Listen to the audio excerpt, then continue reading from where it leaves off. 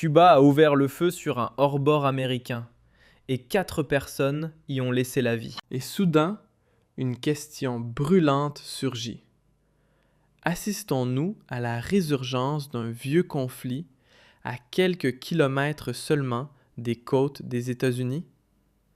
S'agissait-il de légitime défense, d'une provocation, ou bien est-ce le début d'une nouvelle phase de confrontation entre La Havane et Washington?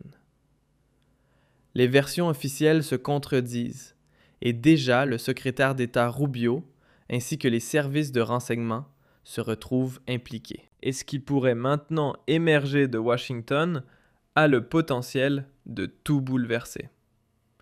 Il n'y a pas encore un mois, les Américains frappaient le Venezuela et mettaient la main sur le président Maduro. Peu après, Washington adressait un avertissement clair à plusieurs pays d'Amérique latine, dont Cuba. Le 5 janvier, il était rapporté que Donald Trump, après l'enlèvement du président vénézuélien à Washington, aurait menacé son homologue colombien, Gustavo Petro, de mesures militaires et affirmé qu'il pensait que le gouvernement cubain tomberait bientôt lui aussi. Selon des analystes politiques, en cas de nouvelles actions, Cuba a ouvert le feu sur un hors-bord américain et 4 personnes y ont laissé la vie. Et soudain, une question brûlante surgit. Assistons-nous à la résurgence d'un vieux conflit à quelques kilomètres seulement des côtes des États-Unis? S'agissait-il de légitime défense, d'une provocation, ou bien est-ce le début d'une nouvelle phase de confrontation entre La Havane et Washington? Les versions officielles se contredisent, et déjà le secrétaire d'État Rubio, ainsi que les services de renseignement, se retrouvent impliqués. Et ce qui pourrait maintenant émerger de Washington a le potentiel de tout bouleverser. Il n'y a pas encore un mois, les Américains frappaient le Venezuela et mettaient la main sur le président Maduro. Peu après, Washington adressait un avertissement clair à plusieurs pays d'Amérique latine, dont Cuba. Le 5 janvier, il était rapporté que Donald Trump, après l'enlèvement du président vénézuélien à Washington, aurait menacé son homologue colombien, Gustavo Petro, de mesures militaires et affirmé qu'il pensait que le gouvernement cubain tomberait bientôt lui aussi.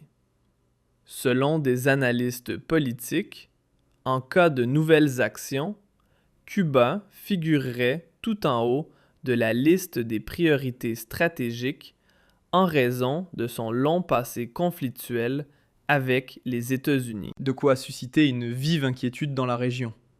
Et c'est précisément là que réside le cœur du problème. Donald Trump considère aussi bien la Colombie que le Mexique et Cuba comme des obstacles gênants. Mais l'idée d'un changement de régime à la Havane hante les cercles politiques américains depuis la guerre froide. Voilà pourquoi les événements d'hier soir sont d'autant plus explosifs. Manifestement, quelque chose s'est produit en coulisses, quelque chose d'assez grave pour que les services de renseignement et le secrétaire d'État Rubio soient personnellement impliqués. Nous reviendrons sur le rôle de Rubio dans un instant. Le magazine Der Spiegel rapportait ceci. Les troupes frontalières cubaines signalent une attaque contre un hors-bord américain. 4 morts. Échange de tirs sur la côte nord de Cuba. Selon les autorités cubaines, une fusillade aurait éclaté entre les gardes-frontières et l'équipage d'un bateau rapide immatriculé aux États-Unis. L'information a été communiquée par l'ambassade de Cuba à Washington, citant le ministère de l'Intérieur. D'après ces sources, 4 personnes ont été tuées et 6 autres blessées. Les gardes-frontières auraient repéré l'embarcation mercredi matin dans les eaux territoriales cubaines. Le hors-bord se serait approché à moins d'1 mille nautique de la côte nord de la province de Villa Clara.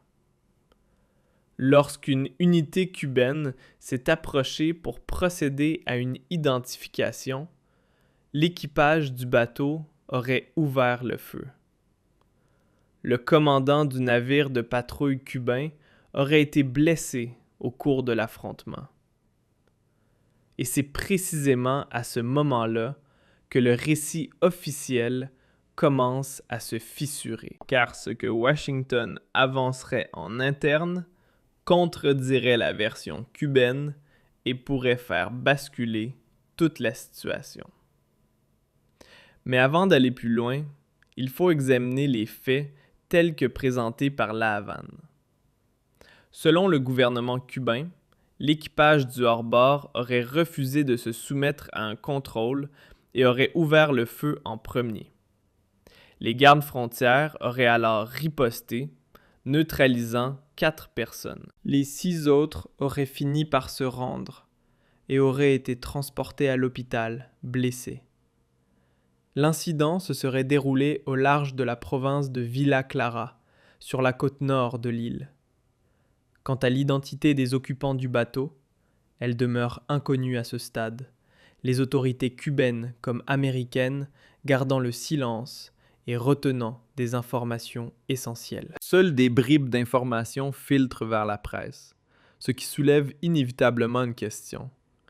Que cherche-t-on à dissimuler? Intéressons-nous maintenant aux déclarations du secrétaire d'État Rubio, car ce qu'il affirme rend l'affaire encore plus explosive. Il nie catégoriquement toute implication militaire des États-Unis dans l'échange de tirs survenu dans les eaux cubaines. Marco Rubio a rejeté toute responsabilité du gouvernement américain dans cette fusillade meurtrière entre gardes-frontières cubains et le hors-bord enregistré aux États-Unis, qualifiant l'incident d'extrêmement inhabituel.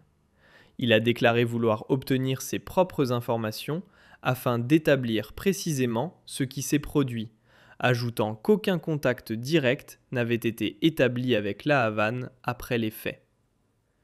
Ce n'est pas quelque chose qui arrive tous les jours. Voir des tirs dans ce contexte est très inhabituel, a-t-il insisté. D'accord, donc Marco Rubio nie toute implication du gouvernement américain et affirme que ni l'US Navy ni les gardes-côtes n'ont été engagés dans cet incident. Pourtant, il qualifie l'affaire d'extrêmement inhabituelle et annonce l'ouverture d'enquêtes internes. Pourquoi?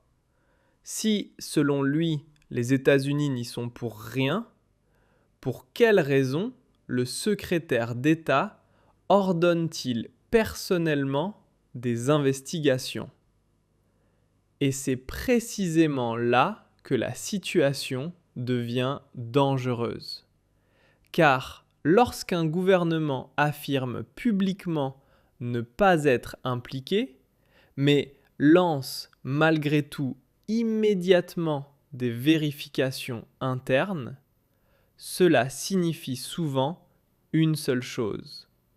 Il existe des informations sensibles que l'on préfère garder à l'abri des regards. Et c'est pour cela que les choses prennent maintenant une tournure encore plus explosive. Les relations diplomatiques entre Cuba et les États-Unis comportent en effet une particularité qui rend cet épisode encore plus délicat. Selon la législation américaine, l'entrée non autorisée de navires américains dans les eaux territoriales cubaines sans autorisation fédérale est strictement interdite.